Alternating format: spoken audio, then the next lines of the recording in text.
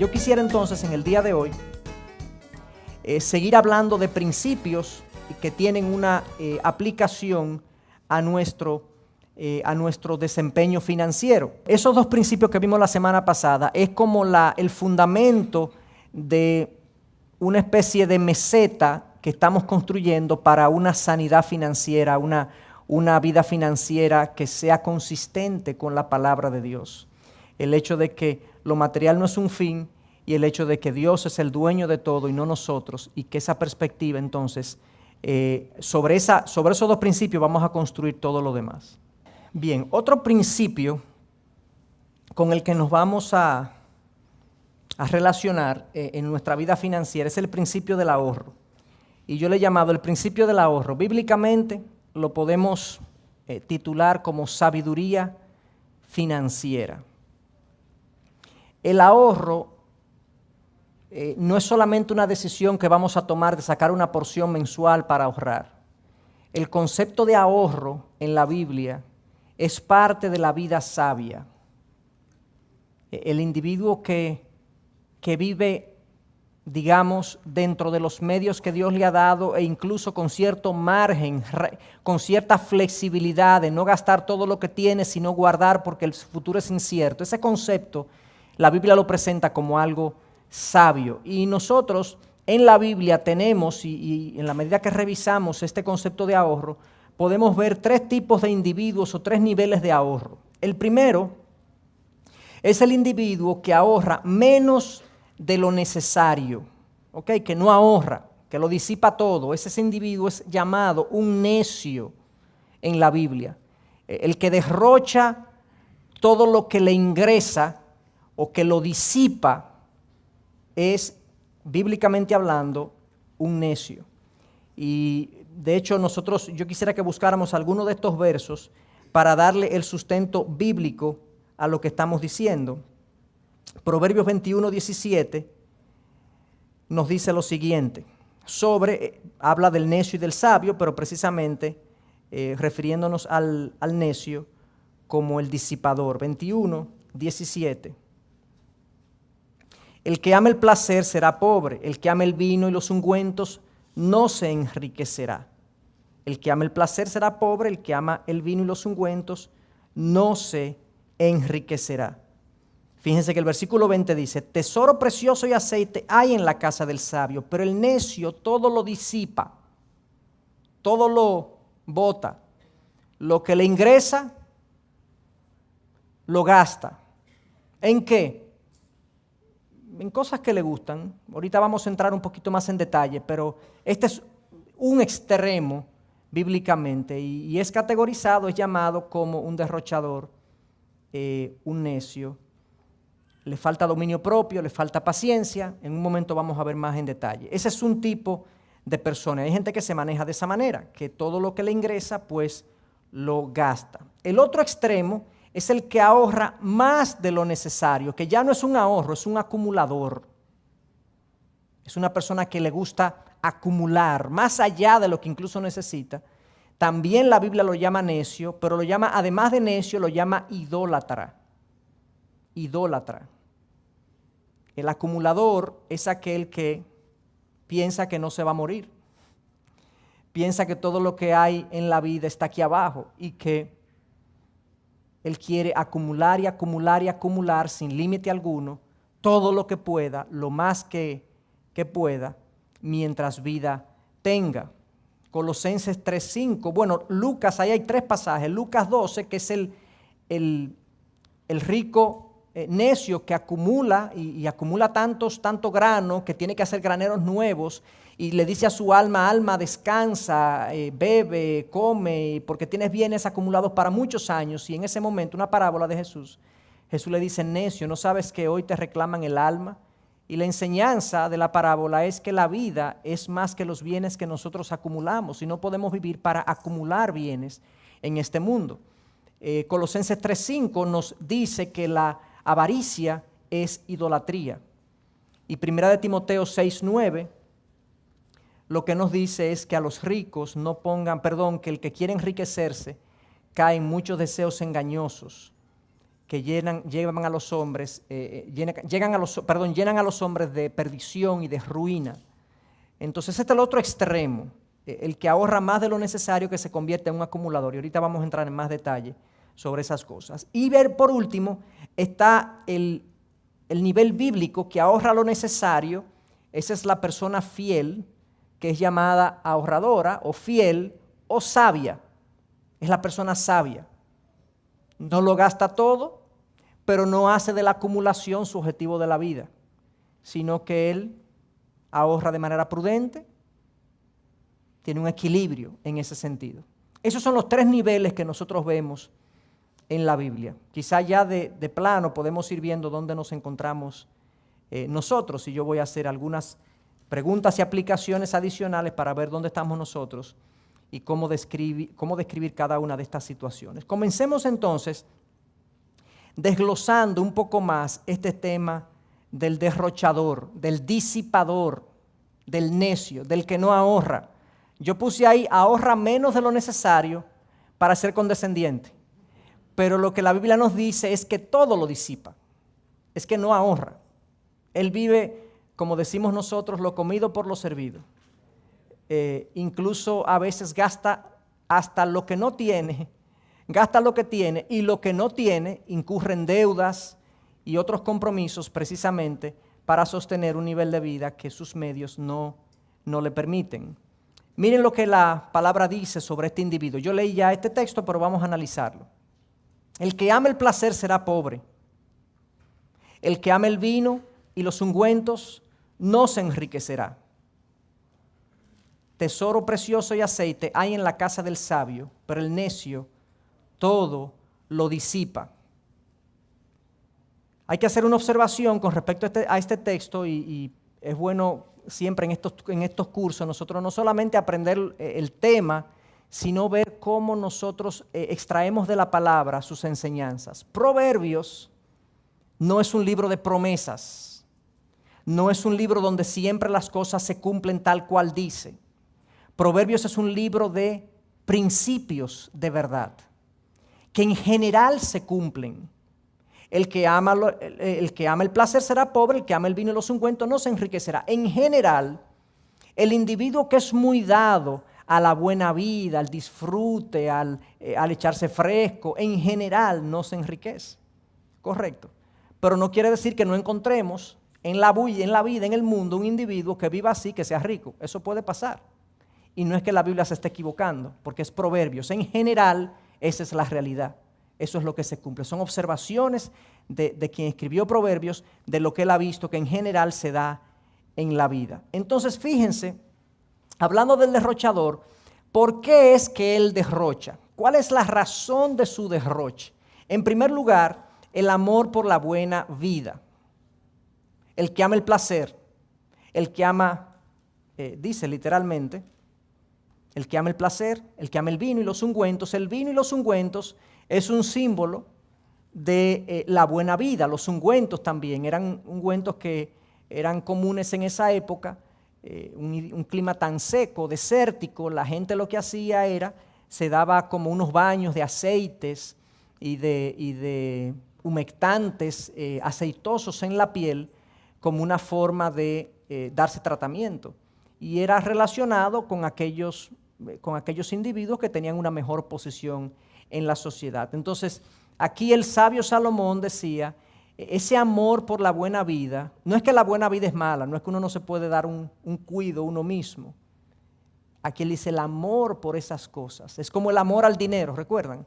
El amor al dinero es la fuente de todos los males, o la raíz de todos los males. Aquí el amor por la buena vida, querer esas cosas desmedidamente, trae problemas en la vida. Porque yo voy a estar procurando siempre esa comodidad, ese placer, a expensa de muchas otras cosas. El que ama la buena vida, entonces, descuida ciertas responsabilidades. El que ama, el que quiere desmedidamente esta buena vida, esta comodidad, que todo es un feriado, cada vez que hay oportunidad de cogerse un día libre se lo coge, cada vez que siempre está reclamando de los beneficios laborales, siempre procura que les den más y más y más beneficios. Y es algo que yo diría como común en nuestra generación. ¿De dónde ustedes creen que viene la frase Thanks God it's Friday o gracias a Dios es viernes? ¿Verdad? Es porque el concepto que hay hoy es que el trabajo es un suplicio. El trabajo es algo tedioso.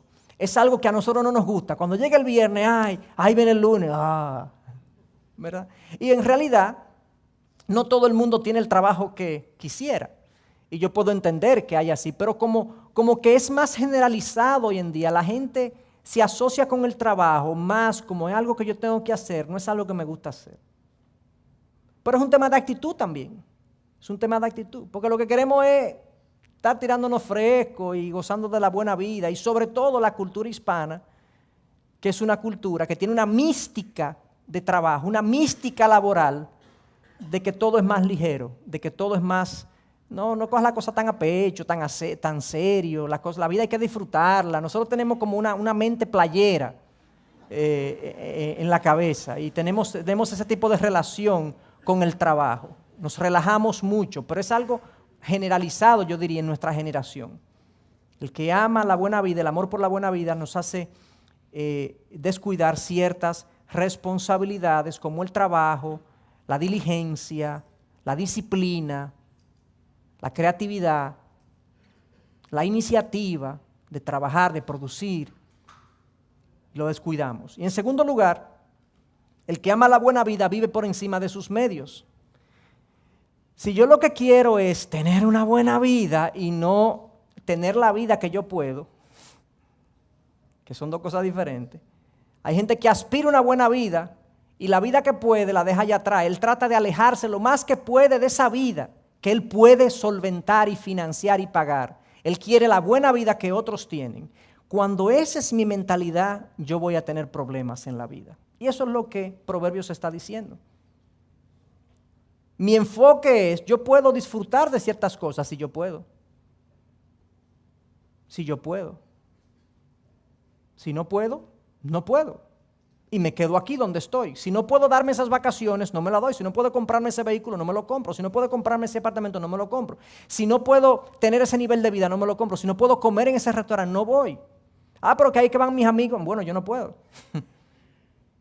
Es que la gente sale 2 y 3 veces a cenar, a comer en la semana. Bueno, yo no puedo. Es que todo el mundo tiene un iPhone 6, iPhone 6 Plus. O iPhone 6 Plus Plus, va a ser el otro, ¿verdad? No es que los que tienen iPhone 6 Plus no hay problema, pero lo pueden tener, si lo pueden tener no hay problema. Pero cuando el deseo es la buena vida y no la vida que yo puedo, hay problemas. Eso es lo primero que nos dice el texto, el amor por la buena vida, el amor desmedido por la buena vida. Revisemos dónde estamos nosotros con eso. Revisemos dónde estamos nuestras aspiraciones, nuestras expectativas en la vida, cuáles son. El segundo aspecto que está ahí es la falta de dominio propio, que no controla ese amor hasta llegar a la pobreza. Fíjense que él dice que el que ama la buena vida, el que ama el placer, será pobre. Genera problemas. Yo he visto mucha gente con problemas financieros, producto de, vamos a llamarle así, malas decisiones financieras. Pero la mayoría de esas malas decisiones financieras tenían que ver con que tú quisiste una vida que tú no podías pagar. Tú quisiste un vehículo que estaba por encima de tus posibilidades, tú te metiste en un compromiso que estaba por encima de tus posibilidades. Punto suspensivo. En realidad, muchos de los problemas financieros con los que yo he lidiado en mi carrera de pastor economista es esa, que la gente vive con un descontrol, con una falta de dominio propio en el manejo de sus finanzas. Y hace compromisos por el impulso y no habiéndolo pensado bien y no habiendo considerado bien sus posibilidades. La falta de dominio propio que no, porque tú puedes amar la buena vida, tú puedes tener ese problema, esa tentación, pero si tú tienes un dominio propio que dice, no, espérate. Hay gente que su dominio propio es su esposa. Ella hace la función del dominio propio en la familia. Pero a veces nosotros no lo sentimos así, lo sentimos como un obstáculo más que el dominio propio que nosotros no tenemos, que Dios nos lo proveyó a través de la esposa. Nosotros estamos constantemente torpedeando el dominio propio que Dios ha puesto al lado de nosotros. ¿O no es así? Hay una falta de dominio propio en este individuo. Eso está en el texto, implícitamente. Y lo tercero que podemos deducir es que seguramente hay un nivel de descontento. Con aquel que ama la buena vida, él ama una vida que él no tiene. ¿Correcto? Él ama una vida que él no tiene. Si él amara la vida que él tiene, lo que Dios me ha dado aquí en el nivel que yo estoy, no quiere decir que yo no aspire a mejorar. Si mi condición económica es precaria, yo puedo aspirar a mejorar, pero yo puedo estar contento en mi nivel y aspirando legítimamente a mejorar mi nivel. Entonces, el derrochador puede tener estas cosas combinadas, mezcladas en su vida: un amor por la buena vida, una falta de dominio propio y un descontento que lo conduce a un desorden financiero, a una indisciplina económica en su vida que lo pone constantemente en problemas económicos.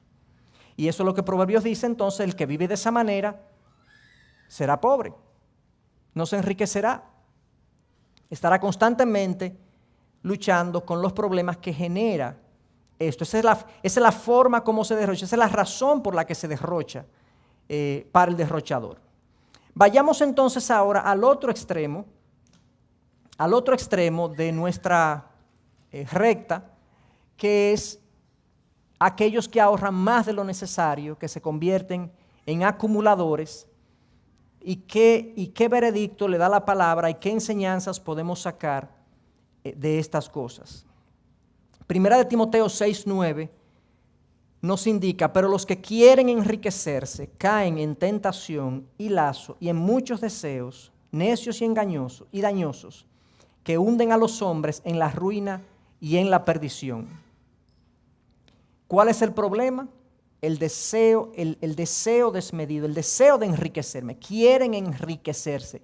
En otras palabras, yo quiero ser rico. Ese es un pensamiento que yo cité la semana pasada, que se hizo una encuesta en Inglaterra con unos 1.700 jóvenes, y más del 70% respondió que su primer objetivo en la vida es ser millonario. Y eso, yo creo que esas estadísticas son, si lo hacemos aquí, podrían ser muy parecidas. Hoy en día la mayoría de nosotros y de la gente con la que yo me relaciono tiene un deseo de ser rico, no de vivir cómodo, no de llenar sus necesidades. Y también he conocido gente que lo que quiere es vivir tranquilo, tener sus necesidades cubiertas. Y eso es vivir así, tener esa perspectiva de la vida financiera y económica, que yo lo que quiero es cubrir mis necesidades, le da mucha tranquilidad y libertad a uno. Pero el que quiere enriquecerse cae en tentación y en lazo. Si yo lo que quiero es ser rico, eso me va a poner lazo y me va a hacer caer en tentaciones permanentes en mi vida por ese deseo. Eso como una advertencia. Colosenses 3:5, hablando también de esto o parecido, dice: por tanto, considerad los miembros de vuestro cuerpo terrenal como muertos a la fornicación, la impureza, las pasiones, los malos deseos y la avaricia, que es idolatría. La avaricia es el deseo de acumular, de tener, de poseer más. Fíjense que el texto dice: considerad los miembros de vuestro cuerpo terrenal como muertos. ¿Qué quiere decir esto realmente? ¿Qué implicaciones prácticas tiene eso de que consideren los miembros de vuestro cuerpo terrenal como muertos? Esto no es una experiencia mística, hermanos, de que estoy muerto. No, es que hay una verdad espiritual. Si yo he nacido de nuevo, y el Espíritu Santo habita en mi corazón, como lo dice la palabra de Dios, que yo soy un templo, yo soy templo del Espíritu Santo. El Espíritu Santo ahora me da la capacidad de yo poner estos deseos a la muerte, por así decirlo. No hacerle caso. Imagínense que ustedes se acercan a un cadáver, a un muerto, y le ofrecen algo, lo tientan con algo. ¿Cuál es su reacción? Cero. Eso es lo que quiere decir este texto. Ahora que ustedes han nacido en Cristo, ahora que ustedes tienen al Señor, tienen al Espíritu en ustedes, la reacción de ustedes a la fornicación, la impureza, las pasiones, los malos deseos y la avaricia debe ser cero. O sea, consideren eso como algo que no es parte de sus vidas, sáquenlo completamente de sus vidas. Que no sea para ustedes un estímulo, una motivación. Eso es lo que está diciendo el texto.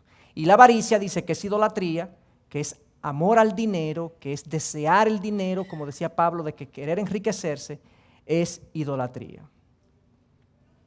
En tercer lugar, el próximo texto que quería revisar, y ya lo he citado en más de una ocasión, Jesús le dice, estad atentos y guardaos de toda forma de avaricia, porque aun cuando alguien tenga abundancia, su vida no consiste en sus bienes. Pero Dios le dijo, necio, esta misma noche te reclaman el alma, y ahora, ¿para quién será lo que has provisto? Así es el que acumula tesoro para sí y no es rico para con Dios. Eso yo creo que no requiere explicación, es lo mismo que hemos venido explicando. Ahora yo me hago la pregunta, bueno, ¿soy yo un acumulador? Soy un acumulador. Hagámonos las siguientes preguntas. Evalúate personalmente y piensa, bueno, ¿qué importancia yo le doy a los bienes materiales? Cuando yo pierdo algo, ¿cómo yo reacciono? Cuando yo no logro ganar el dinero que pensé ganar, ¿cómo yo reacciono? Cuando alguien me engaña con algún dinero, ¿cómo yo reacciono? Cuando yo veo que otros tienen éxito, ¿cómo yo reacciono? ¿Me quedo tranquilo? ¿Lo envidio? ¿No lo envidio? ¿Quiero competir con ellos? ¿Qué tanta ansiedad genera en mí el yo tener algo nuevo, algo novedoso, o tener más? ¿Qué tanta ansiedad genera eso en mí? Todo eso responde a esta pregunta de, ¿tú consideras que la vida está en los bienes? Cuando en mi corazón hay mucha ansiedad e intranquilidad y falta de sueño y mente constantemente por lo que voy a ganar, a tener, o lo que quiero comprar, o lo que quiero adquirir, o lo que quiero exhibir, ahí posiblemente hay una indicación de que tú piensas o tu corazón piensa que la vida está en los bienes. Porque hay mucha energía emocional y mental dedicada al tema material. Eso es una posible indicación.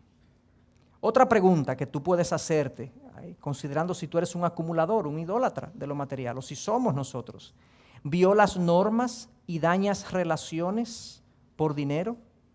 ¿Estás dispuesto a violar normas, leyes, normas de una empresa? Que al encargado de compra hay que mojar la mano para que él pueda hacer el negocio conmigo, o el tema de los impuestos, cómo yo lo manejo, qué tan veraz yo soy en la forma como yo manejo mi vida financiera ante el gobierno, ante lo que yo tengo que ayudar, con lo que tengo que ayudar a la iglesia o al ministerio, y ustedes saben que eso para nosotros eso casi ni lo mencionamos, pero es parte de nuestra vida financiera, porque todo lo que estamos haciendo aquí requiere un sustento. Pero, ¿qué tan dispuesto estoy yo a violar normas del tema financiero para yo quedarme con más dinero? Relaciones personales con hermanos de sangre, con padres, con hijos, producto de temas económicos y financieros. ¿Qué tan frecuente es que yo dañe una relación o contribuya con el daño de una relación por dinero? Probablemente yo diga, no soy yo, es el otro. Sí, eso pasa, que a veces pensamos siempre que es el otro. Y a veces sí es el otro, pero a veces tenemos la opción nosotros de quedarnos con el agravio. De, sí, es verdad, perdimos un dinero, nos engañaron, ¿y qué vamos a hacer? ¿Qué vamos a hacer con eso? ¿Vamos a hacer de eso el pecado imperdonable? Si el Señor nos perdonó a nosotros, quizá no eso, pero otras cosas que tienen en términos de dimensión moral la misma dimensión. Entonces, si hay en mí un deseo, pero si yo estoy disposición a violar normas y dañar relaciones por dinero, posiblemente yo sea un acumulador, un idólatra, o tenga ese problema en mi corazón. Otra pregunta, dicho sea de paso, cuando yo digo esto, parece ser un poco acusador la forma como lo estoy diciendo, pero yo puedo tener este problema en una dimensión así, lo puedo tener en una dimensión así. Lo importante es que detectemos, independientemente del tamaño de mi problema, que lo detectemos y lo podamos tratar. Es como cuando yo padezco de una enfermedad puede tener niveles. Así mismo es el pecado. Ahora, si yo no lo trato, el pecado irá creciendo. De la misma manera que si yo no trato una enfermedad, se irá empeorando. A eso me refiero. Podemos tener visos de estas cosas, indicaciones de estas cosas, pequeñas. Podemos decir, bueno, yo no tanto, sí, quizá un poco. Y yo le diría algo. Yo me he sentido tentado a estas cosas que estoy preguntando aquí. Cualquiera viola una norma gubernamental por no pagar un impuesto, que me parece injusto. Pero cuando yo leo Romanos 13, que dice que paguen todo lo que deben a todo el que le deben y que paga tributo al que tributo, yo digo, uy, espérate, porque entonces contra Dios que me voy. Y como que me deja sin opción. O sea que estas son luchas que hay entre nosotros, dentro de nosotros. ¿Hay en ti una generosidad desinteresada? Generosidad desinteresada. Busquemos Lucas 14 para ver lo que dice sobre este tema de generosidad desinteresada.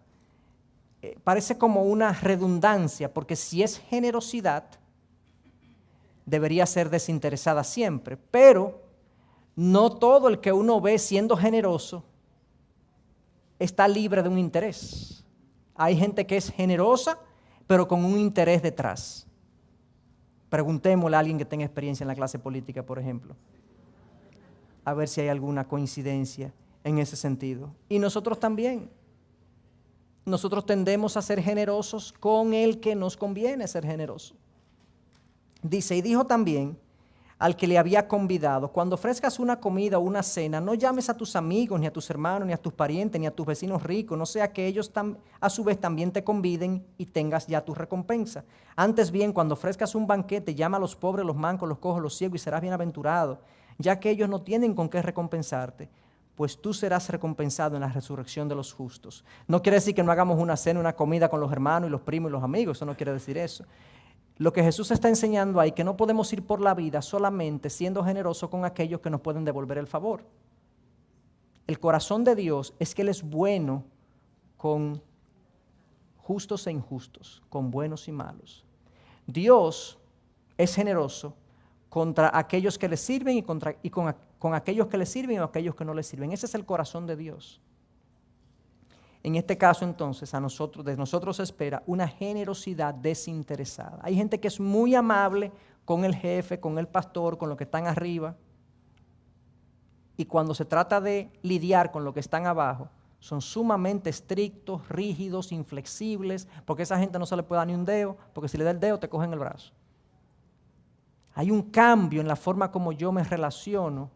Y generosidad no es solamente dar dinero, es dar de mí, es dar recursos, es dar tiempo, es dar atención, es dar un saludo, es ser generoso, es ir por la vida abriendo las manos con todo el mundo, con todo aquel, con el necesitado y con el que no es necesitado. Pero yo no le abro la mano a fulano que me va a abrir la mano a mí eventualmente, sino que yo debo abrir la mano a todo el mundo, ir por la vida de manera generosa. Hay en ti ese deseo de tratar bien, de ser condescendiente, de ser flexible con todo el mundo, de escuchar a todo el mundo, de disponer de tus recursos y de tu tiempo para que el otro pueda hacer uso de ti, comedidamente, en la medida de tus posibilidades. Otra pregunta, ¿haces dinero para ti? Miren lo que dice Lucas 12, 21. Es de este rico que acumuló y acumuló, y dice, Lucas 21, Lucas 12, 21, dice, así es el que acumula tesoro para sí y no es rico para con Dios. A veces la construcción de un reino terrenal y de riquezas aquí es solamente para mí. Yo hago una pregunta.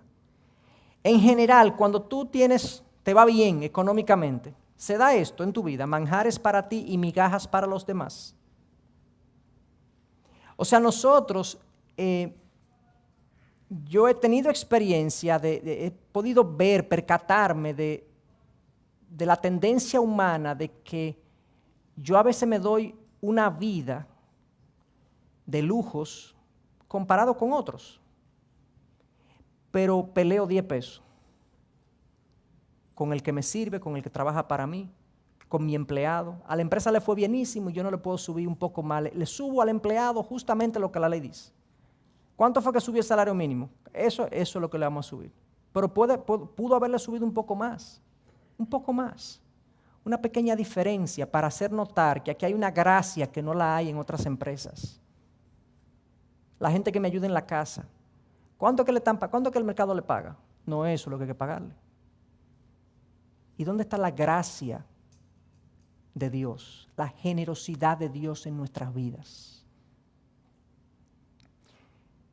Yo soy ingeniero, soy arquitecto, hago un apartamento, lo diseño, y las habitaciones de la gente de servicio son palacetes los apartamentos, y las habitaciones de la gente de servicio. Dice, pero no debería haber, no digo que se le haga una habitación igual a los dueños de la casa, porque muchas veces ellos a veces ni duermen ahí, la gente que nos ayuda en la casa. Pero ¿cómo puede ser que yo haga una habitación donde es difícil hasta cambiarse? O sea, son cosas, son esquemas, manjares para mí y migajas para los demás, donde yo tengo el derecho de todo lo mejor, pero todos los demás no tienen ese derecho. Y eso se manifiesta con mis empleados, con la gente que está alrededor de mí, en sentido general. Debemos revisar eso. ¿Qué pensaría de ti el que hace negocios contigo? El que hace negocio contigo, ¿qué piensa de ti? Tu suplidor, al que tú le pagas, no, es un tiñoso, es un tacaño, ese individuo es... Y para que pague hay que llamarlo 50 veces. Cuando tenemos una deuda. Eso es una práctica mundana, pecaminosa, porque la Biblia dice que cuando tú haces un compromiso que lo pagues en la forma y en el tiempo establecido. Que lo pagues. Que no les retengas incluso a los asalariados su jornal. Santiago dice, es pecaminoso, Dios lo tiene contra ti.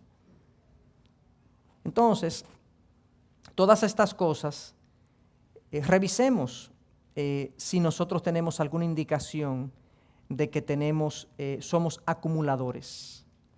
Porque oigan lo que pasa, si nosotros no tratamos eso y lo dejamos ahí, ese amor al dinero nos va a hacer caer en tentaciones y en malos deseos.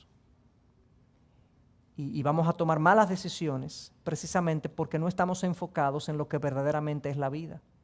La vida no es el dinero, no es acumular. Esto es un medio que Dios nos da. Entonces revisemos nuestros corazones a ver si estamos cayendo en el corazón del acumulador o del avaricioso, que es un idólatra, de alguna manera. Por último, está el nivel bíblico, que es el que ahorra lo necesario, es llamado fiel, el ahorrador. Proverbios 21:20, que ya lo leímos para el necio, pero ahora lo vamos a leer para el sabio. Dice, tesoro precioso y aceite hay en la casa del sabio, pero el necio todo lo disipa. Ya vimos el que lo disipa, pero la primera parte se refiere al sabio. Fíjense cómo asocia el tesoro precioso y aceite. Así era que se acumulaban los bienes en esa época. El aceite era una manera de acumular. Hoy en día es en dinero en los bancos. Hay gente que ahorra en vacas, porque es un ganadero, y otros que ahorran en propiedades porque tienen, digamos, negocios inmobiliarios y puntos suspensivos. Bueno, en esa época, tesoro precioso a veces era metales y aceite. Hay en la casa del sabio. Por eso yo pongo arriba el título del slide, sabiduría es considerada, el que ahorra es considerado sabio en la Biblia, el que ahorra, el que guarda. Miren cómo quería comentar también el caso de Génesis 41, el caso de José, todo el mundo lo conoce, cuando el faraón vio un sueño donde habían 7 vacas gordas y 7 vacas flacas, y José interpretó el sueño, y la idea era que Egipto debía ahorrar durante el tiempo de vacas gordas para financiar y pagar los gastos del tiempo de vacas flacas. Ahí hay un principio de sabiduría, y es que yo debo ahorrar al máximo en el tiempo donde me está yendo bien. A veces, cuando me está yendo bien es cuando yo más disipo, porque cuando tengo para disipar, es cuando tengo para gastar. Entonces la gente se vuelve ahorradora cuando no tiene para ahorrar. Es como... Entonces, o sea, la gente se vuelve ahorradora cuando no tiene para ahorrar. Y cuando nos va bien, no, dale para allá que no está yendo bien. No, es que precisamente es al revés. Es cuando te va bien que tienes que ahorrar, porque en el otro tiempo no hay para ahorrar. Hay que desahorrar de lo que tú acumulaste cuando te fue bien. Pero entonces como una mentalidad contraria, en términos lógicos, a lo que debería ser el ahorro nuestro.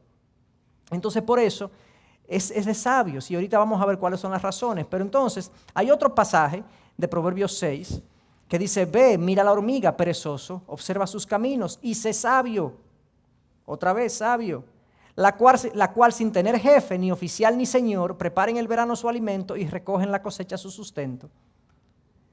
Aquí se elogia a la hormiga por su diligencia, por lo que trabaja, porque en el verano hace una cosa para cosechar en el invierno la otra. Pero también hay un principio detrás de ahorro, que ella, como en el invierno no se produce, ella produce y guarda en el verano, que es cuando ella puede producir. Y es interesante que indica que no tiene jefe, ni oficial, ni señor. O sea, lo hacen, diría un biólogo, por instinto. Pero nosotros sabemos que ese instinto lo puso Dios ahí. ¿De dónde la hormiga saca? ¿De dónde la hormiga entiende que ella tiene que acumular en el verano para el invierno? Explíqueme usted, lógicamente, alguien me va a explicar lógicamente que eso viene de un instinto animal, de la hormiga. Eso viene de Dios, del Dios creador, que le ha impreso a su creación sabiduría, al punto que nos dice a nosotros los seres humanos, como yo dije la semana pasada, ustedes aprendan de la hormiga. Miren la hormiga, cómo actúa. Y el ser humano por su pecado no actúa así, actúa al revés. El ser humano quiere coger el invierno y cosechar en el invierno, y entonces en el verano hacer lo contrario que hace la hormiga, porque nuestro pecado nos lleva a vivir contrario muchas veces a los principios de Dios expresados en su palabra. Entonces, ¿por qué la sabiduría, el ahorro es sabiduría en la Biblia? Hay 3 razones por las que nosotros podemos decir que tener una vida guiada por este principio de ahorro, algunos dirían, es una palabra que no se usa más mucho, de frugalidad, de ser frugal, de ser comedido, prudente, discernir si hacemos el gasto o no hacemos el gasto, vivir con cuidado en lo económico. Es un principio que debe guiarnos en toda la vida, como principio. ¿Cuáles son las razones? Bueno, la primera razón es el tema del futuro. El futuro es incierto. El futuro es incierto. Nadie conoce el futuro. Dios nada más conoce el futuro. Y cuando nosotros no ahorramos, es como una arrogancia que estamos diciendo de que el futuro nosotros lo conocemos. No, yo sé qué va a pasar. No, aquí pueden haber personas que tienen negocios prósperos, muy prósperos. ¿Tú sabes una cosa? Eso puede, el año que viene, no ser así. Aunque tu negocio tenga 50 años, eso puede no ser así. Y ahí yo puse como referencia Génesis 41, donde ¿quién en Egipto, y eso pasó en Egipto, quién en Egipto iba a suponer que iban a venir 7 años de bonanza extraordinaria y 7 años de escasez extraordinaria? ¿Quién conocía eso? Nadie. Dios lo conocía y Dios se lo reveló para llevar a José donde estuvo José. En Santiago 4 hay otro pasaje que habla de esta arrogancia, y yo quisiera leerlo porque quiero enfatizar que el no darnos ese margen de incertidumbre sobre el futuro es una arrogancia de la vida. Nos dice Santiago 4, versículo 13, versículo 13. Que no lo cambié. Oíd ahora los que decís, oigan ahora los que dicen, hoy o mañana iremos a tal o cual ciudad y pasaremos allá un año, haremos negocio y tendremos ganancia. Ok. Sin embargo, no sabéis cómo será vuestra vida mañana. Solo sois un vapor que aparece por un poco de tiempo y luego se desvanece. Más bien deberíais decir, si el Señor quiere viviremos y haremos esto o aquello. Pero ahora os jactáis en vuestra arrogancia. Toda jactancia semejante es mala. Tú estás planificando y todo va a ir bien, no te preocupes, dale para allá que tenemos recursos. Y el ahorro es una declaración. La vida frugal, la vida prudente financieramente es una declaración de que yo no sé lo que va a pasar en el futuro, Dios sabe. Y como yo no sé, yo vivo comedidamente. Porque mi bonanza actual puede no durar para siempre. Y una de las razones por las que la gente tiene muchos problemas financieros en la vida, no es porque no tienen trabajo, no es porque no están produciendo bien, es sencillamente porque ellos tienen trabajo, están produciendo bien, pero vino un imprevisto que excedió su capacidad de responder. O sea, algo pasó que lo excedió en su capacidad de responder a esa situación. Y sencillamente se vieron en un problema mayor. A eso es lo que yo le llamo vivir con cierto margen. Vivir con margen, financieramente hablando, margen en todo. Por ejemplo, algo muy popular, muy común hoy en día es comprar, los jóvenes que están aquí, también los no tan jóvenes, vamos a comprar un carro con toda esta feria de préstamos y de facilidades que hay. Ok, eso es válido, es legítimo. Si hay la necesidad de comprar un vehículo, enfatizo, si hay la necesidad de comprar un vehículo, enfatizo, si hay la necesidad de comprar un vehículo, si hay la necesidad de comprar un vehículo, no de que, ay, la tasa está tan buena, vamos a comprarlo, no, pero es que el carro está bueno, no, pero es que no podemos desaprovechar otra oportunidad, hermanos, todos los años van a haber esa feria, todos los años van a venir igual, eso es así. No compren por especiales, que el Día de la Madre vuelve y viene el año que viene, y ahora el Black Friday vuelve y viene este año, y se inventarán más días para tener los comercios llenos, o sea, tenemos que comprar cuando haya la necesidad y tengamos los recursos. Pero bueno, si existe la necesidad de comprar un vehículo y existe una buena opción, ok, los bancos te dicen, bueno, te puedo prestar en términos de préstamo un valor cuya cuota represente hasta un 30% de lo que tú ganas. O sea, si tú ganas 30,000 pesos, tú puedes comprar un vehículo que pague 10,000 pesos mensuales de cuota, más o menos, ese es el valor aproximado. Quizás unos bancos es más o menos, eso depende. Ok, tú puedes comprar un carrito de 10,000 pesos. Entonces, lo usual es que la gente se compra ese, ok, el máximo que le permite el banco tomar, ok, 10,000 pesos. Entonces, de los 30 que gana, hay 10 que van a cosas. Pero ahora el carro salió más consumidor de lo que él pensaba. Y él calculó 3,000 pesos de gasolina, pero gasta 6 el carro. Y ahora es un problema. Pero él no pensó también que el año que viene, la tasa era fija por un año, pero el año que viene hay elecciones presidenciales y el dólar se disparó y el Banco Central hizo así, subió la tasa y la tasa ahora se fue de 7.65 a 14.5. Y la cuota se me duplicó, pastor. ¿Y quién iba a prever eso? Bueno, viejo, tú pudiste haber hecho. El banco te permitía un préstamo hasta 10,000 pesos. Coge uno de 7 y cómprate un carro más chiquito, más económico, y dale un espacio, un margen. Y eso pasa con el vehículo, eso pasa con una vivienda, eso pasa con una estufa, con una nevera, eso pasa con todo, con todo. No vivamos al límite de lo que nuestros recursos nos lo permiten, vivamos con un margen, con un colchón, que si las cosas se complican, podemos responder. Tú te compras un carro, pero también te quedaste con algo para ir a comer helado, porque entonces, ¿para dónde vais? No. Compré el carro, pero no se puede salir en el carro, porque no hay dinero para gasolina. Digo, podemos salir, pero no podemos comprar nada. Entonces los muchachos ahí en la ventana de atrás viendo para afuera, tratando de... ¿Entiendes? No, un margen, ¿ustedes me entienden? Un margen. Porque el futuro es incierto, es una arrogancia de la vida suponer que todo me va a ir bien, que yo sé cómo van a ir las cosas. No, no sabemos, eso lo sabe Dios. Y en este mundo tan incierto que vivimos y tan deteriorado en el que vivimos, las cosas es más probable que salgan mal que salgan bien. Eso es así. Entonces, eso es una cosa. Por eso es sabio el ahorro. Por eso que Dios dice, sabio, que haya aceite, que haya tesoro precioso en la casa del sabio. Por eso es una razón. Segunda razón, necesidades futuras ciertas. Fíjense que puse, el futuro es incierto, pero hay necesidades futuras ciertas. Como por ejemplo, la mayoría de los que estamos aquí, si no me equivoco, o tenemos hijos o hemos tenido hijos, ¿verdad? Bueno, los hijos van a crecer. Los colegios todos los años suben los precios.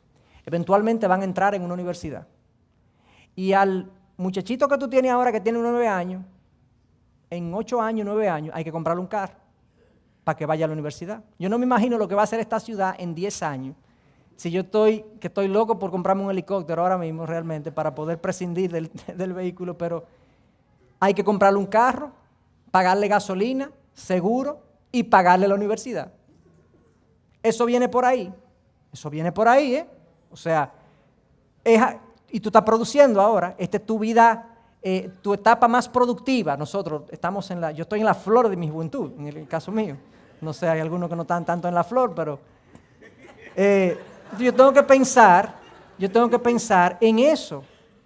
La mayoría de los que estamos aquí tenemos padres ya que están entrando en edad. ¿Qué va a pasar con ese papá y esa mamá? Probablemente vas a necesitar gastos médicos, ¿o no? Porque esa es la vida. Entonces yo voy a vivir hoy disipando lo que tengo. No, pero voy a ahorrar un chin, pero vivo al límite. No puedo más nada. Tengo un super nivel de vida, pero no puede salirse nada del orden que yo lo tengo planificado. Cualquier cosa, se enfermó papá. No hay dinero, pero yo ando en un carro nuevo. Ok, es una inconsistencia, es una necedad de la vida. Y a mí me ha pasado eso. No, pastor, todo iba muy bien. Gente que uno ve, miren, le va bien, su trabajo próspero, le ha ido bien en la vida. O sea, en términos generales, uno lo ve. No, pastor, todo iba bien, pero ¿quién estaba previendo eso? ¿Cómo que quién estaba previendo eso? ¿Y qué tú pensabas? ¿Que eso no iba a venir? La necesidad de tu hijo, de tu padre, de un tío, de un viaje que se presentó, que tuvieron que hacer. Esas cosas pasan, incertidumbre y necesidades futuras ciertas, cosas que conocemos que van a ocurrir. Y el nivel de vida va a seguir subiendo, los precios van a seguir subiendo. Entonces esa es la segunda razón por la que el ahorro, la vida frugal, comedida, prudente, es sabio. En tercer lugar, combate el materialismo. La corriente dice, consume lo más que tú puedas, compra lo mejor que tú puedas, lo más nuevo que tú puedas, compra todo lo que desees. Y te dicen, te lo mereces, tú te lo mereces. Ya la frasecita se ha vuelto como cliché. En la mayoría de las publicidades, o muchas publicidades, de que te lo mereces.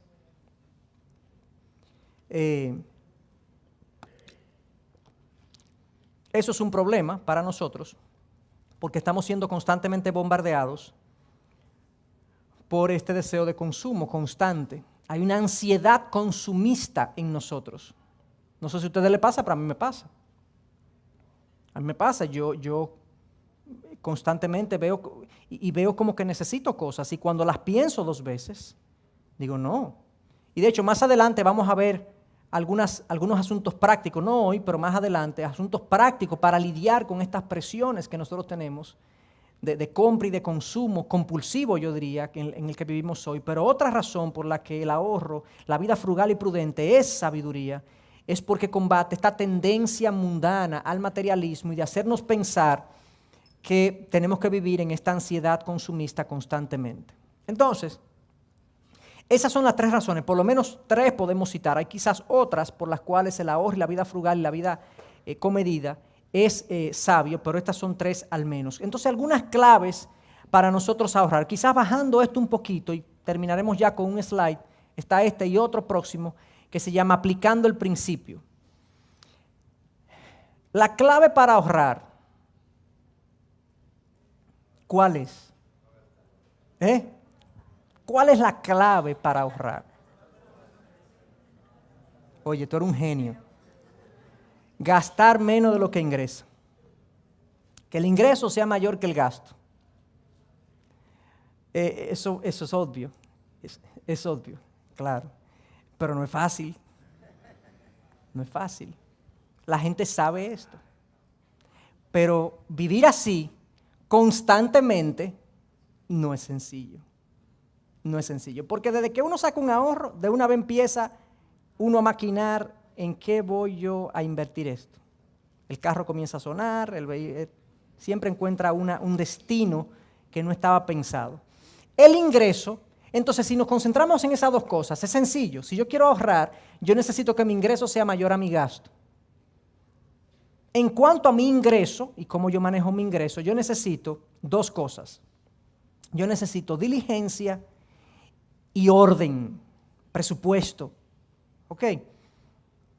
Cuando yo digo diligencia, y de hecho ahí no voy a entrar mucho en este curso porque principios para generar recursos no es el foco de este curso. Este curso es más bien cómo manejar lo que ya tú tienes y no generar más de lo que tú tienes. Eso, que Dios te dé sabiduría, pero no es el foco de este curso. Pero definitivamente la Biblia habla que el diligente prospera. En general, el diligente, el trabajador, el industrioso, el creativo, el individuo que tiene buena actitud hacia las cosas nuevas de la vida, ese individuo tiende a prosperar, tiende a irle bien en la vida. Dios ha organizado su universo, su mundo de esa manera. Pero yo necesito también una manera de ordenar ese ingreso que yo tengo. Si yo no lo ordeno, si yo no sé cuánto yo gano, yo voy a tener problemas. Y es interesante porque yo he tenido personas en mi oficina que me han venido con temas financieros y un problema de deuda, debo con en la tarjeta tanto, tengo un préstamo personal por tanto. Ok, entonces comenzamos a hablar. ¿Cuánto tú debes? ¿O cuánto tú ganas? Y yo siempre le pregunto, vamos a hacer un presupuesto. ¿Cuánto tú ganas? A veces son personas con negocios propios. Y cuando yo le hago esa pregunta, dicho sea de paso, parece obvio que todo el mundo sepa cuánto gana. Pero hay gente con negocios propios, mucha gente con negocios propios, que yo le pregunto, ¿cuánto tú ganas? Y la gente hace, yo dije, ya. Este individuo no ha hecho un presupuesto, no sabe cuánto gana, él coge del negocio lo que él necesita, no hay disciplina. Porque cuando tú le preguntas a una persona que tiene un problema financiero, ¿cuánto tú ganas? Y hace así. Y yo a veces le hago así. Entonces, más o menos, ¿cuánto tú? Entonces me dicen, pero contando las comisiones, todo, lo que te entra. Hay mucha gente que no sabe exactamente cuánto gana, y sobre todo si tiene negocio propio, que no tiene un salario asignado, por indisciplina, porque lo correcto es que se asigne un salario y un ingreso con el que él cuenta para él poder hacer su organización mensual. Eso es un problema, que la gente no sabe a veces cuánto gana. O a veces viene con el problema financiero de que tiene deuda. ¿Cuánto tú debes? Contando lo que le debo a papá. Contando lo que le debo a papá. Y yo, sí, todo. Uy, bueno, a veces me dicen, tendría que calcularlo. O sea, tú vienes aquí a buscar ayuda, tú no sabes cuánto tú debes. ¿Cuánto tú debes en tarjeta? Contando el internacional. Sí, contándolo todo. O sea, estas son cosas que me han pasado a mí, honestamente se lo digo.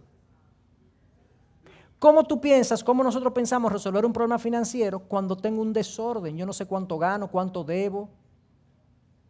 No, yo lo primero que tengo que hacer es ordenarme, y esos pasajes precisamente lo que dicen. Proverbio 27 dice, tú tienes que tener conocimiento de tus flocks, de tus ganados, de lo que tú tienes, de lo que tú posees, de lo que tú debes. Y luego Lucas 14 dice, ¿quién hace una casa sin antes hacer un presupuesto? Jesús dice, ¿quién inicia una empresa sin antes saber cuánto le va a costar?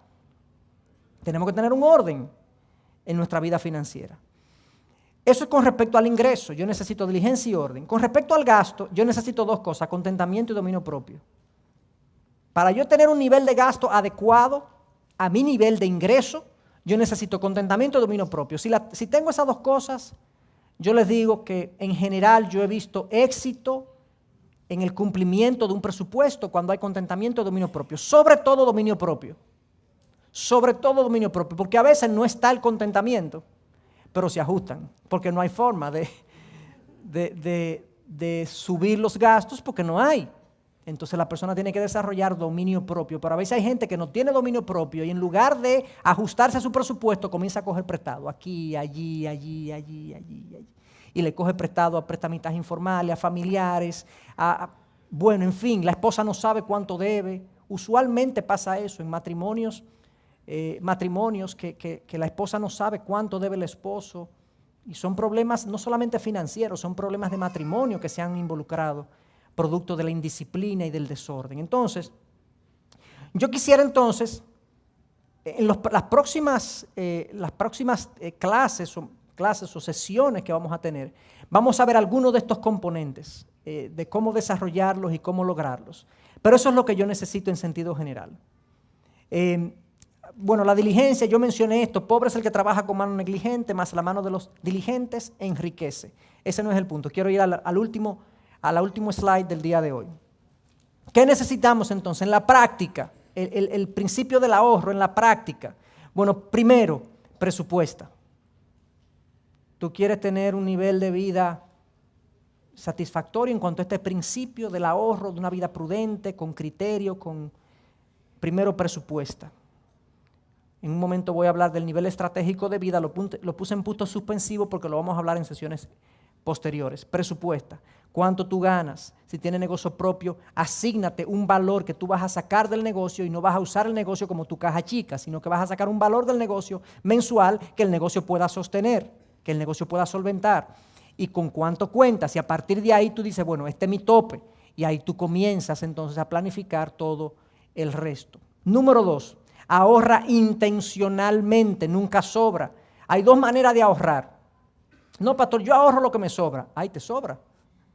Porque cuando es así, casi nunca sobra. Cuando yo dejo el ahorro allá abajo, de que a ver lo que sobre, nunca usualmente sobra. Estamos hablando del común de los mortales que estamos aquí, ¿verdad? Porque hay gente que gasta y aún le sobra allá abajo, pero eso es raro. Eso es raro. Si yo no pongo el ahorro arriba, no, yo quiero ahorrar tanto, y lo pongo arriba, y que eso saque otra cosa, no voy a lograr ahorrar prácticamente nunca. Eso es lo segundo, ahorrar intencionalmente y no residualmente. Lo tercero que yo necesito es compra bien, punto suspensivo, porque vamos a ver en detalle eso probablemente la semana próxima o la semana de arriba. Compra bien, hay que saber comprar, hermanos. Hay que tener criterio para comprar. ¿Qué compro? ¿Cuándo lo compro? Número 4, evita los intereses. Yo les voy a traer un ejercicio para que ustedes se percaten cómo los intereses incrementa el costo de adquirir un activo, de adquirir una propiedad, de adquirir algo. No es que estoy en contra de todo préstamo, pero hay ciertas lógicas. Pero los intereses, es increíble el monto de recursos que absorben de un préstamo. Y a veces no estamos al tanto de eso. Alguna gente ignora incluso lo que paga en cuentas, en tarjetas de crédito. La gente aquí ignora, por ejemplo, que las tarjetas de crédito ahora están pagando menos, pero pagan 60% anual de intereses. 60% sobre el saldo insoluto, o sea, no sobre lo que tú vas abonando, sino sobre la deuda total original, que la tasa efectiva a veces pasa el 100%. O sea, es algo que cuando uno lo ve, uno dice, ¿cuánto? ¿Y yo estaba pagando eso? Sí. Exactamente, evita los intereses. Y número 5, esto es lo más fácil, algo sencillo, contrólate de por vida. Contrólate de por vida.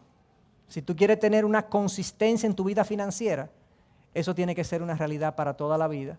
Es un cambio en tu estructura de vida, de gasto, de consumo, de cómo tú ves las finanzas. Es un cambio completo en tu manera de relacionarte con ese aspecto de tu vida.